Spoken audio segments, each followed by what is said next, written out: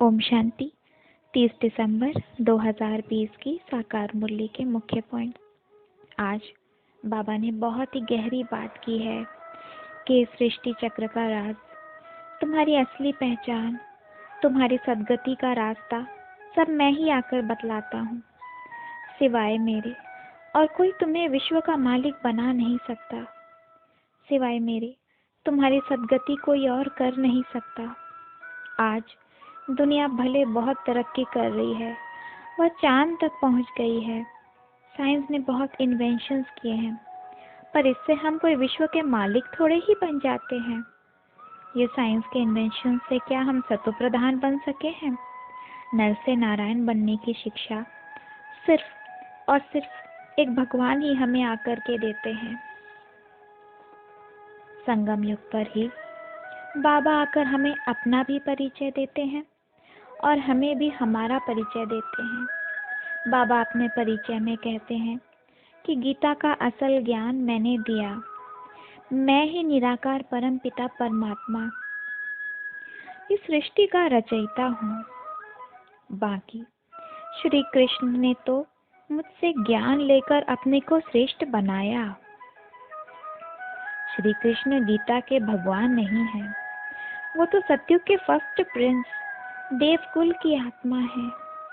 कोई भी शरीरधारी भगवान नहीं बन सकता। हमें हमारा परिचय दिया कि हम शरीर नहीं आत्मा हैं और सब एक परम पिता परमात्मा की संतान, सब भाई भाई हैं। अभी आधा कल्प हम रावण राज्य में थे, इसलिए आत्मा पतित निर्विकारी बन पड़ी है। बाबा ने कहा, जितना जितना हम अपने को आत्मा समझ उस परम पिता परमात्मा से योग युक्त रहेंगे, उतनी आत्मा की सफाई होती जाएगी।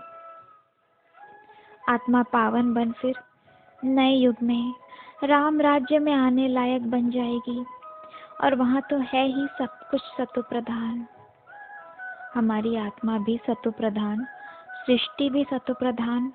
हम पूरे विश्व के मालिक बन पूरे आधा कल्प सुख और शांति में रहते हैं। वहाँ आधा कल्प हमें भगवान द्वारा वरदान मिला होता है कि हम सत्यता में रहेंगे। तब झूठ, चोरी, कपट का नामो निशान भी नहीं होता। हमारे कर्म भी सब अकर्म होते हैं। तो बाबा कह रहे हैं, अपने को आत्मा समझ मुझसे योग लगाओ। हर किसी से संपर्क में भी आओ तो उन्हें भी भ्रिकुटी के बीच चमकता ज्योति बिंदु देखो, शरीर को नहीं देखो। मेहनत इसी की ही है, पर इस मेहनत से हमें रिजल्ट भी तो बहुत अच्छे मिलते हैं। हम पूरे विश्व के मालिक बनते हैं। बाबा कहते हैं कि इस मेहनत में विघ्न भी बहुत पड़ते हैं, पर इन विघ्नों को जो पार कर अटल हो अपने को पावन बना ले, वही महावीर कहलाएंगे। जो जितनी अच्छी रीति पढ़ेंगे वो उतना ऊंच पद पाएंगे। जो कम पढ़ाई करेंगे वो दास दासी में आएंगे। बाबा ने युक्ति बताई है कि आत्मा होकर के सुनो। अपने को कहो कि मैं आत्मा अपने मुख द्वारा खा रही हूँ, मैं आत्मा अपने कानों द्वारा सुन रही हूँ। ऐसे ही हर बात में मैं आत्मा कह खुद को याद दिलाओ कि मैं आत्मा शरीर द्वारा कर्म कर रही हूँ। ऐसी मेहनत से फिर हम आत्मा अभिमानी बन फिर उस परमात्मा से योग युक्त रह सकेंगे। जिन बच्चों को यह अच्छी रीति निश्चय हो गया है कि अभी संगम युग पर भगवान आया हुआ है और वह ब्रह्मा बाबा के तन का आधार लेकर हमें पढ़ा रहे हैं हमारी सद्गति करने के लिए, वह अच्छी रीति पुरुषार्थ में लग गए हैं। ऐसे बच्चे औरों को भी पूरे निश्चय से समझाते हैं। वह पूरे निडर हो जाकर के सबको यह पैगाम देते हैं कि अभी सृष्टि पर भगवान आया हुआ है। तुम जिसे पुकारते थे ना कि हे पतित पावन आओ, वह आ चुका है। वह सद्गुरु बन आया है हमारी सद्गति करने। एक समय पर हम ही पूज्य थे। ये मंदिर में जो मूर्तियां रखी हैं ये तो हमारे ही जड़ चित्र हैं।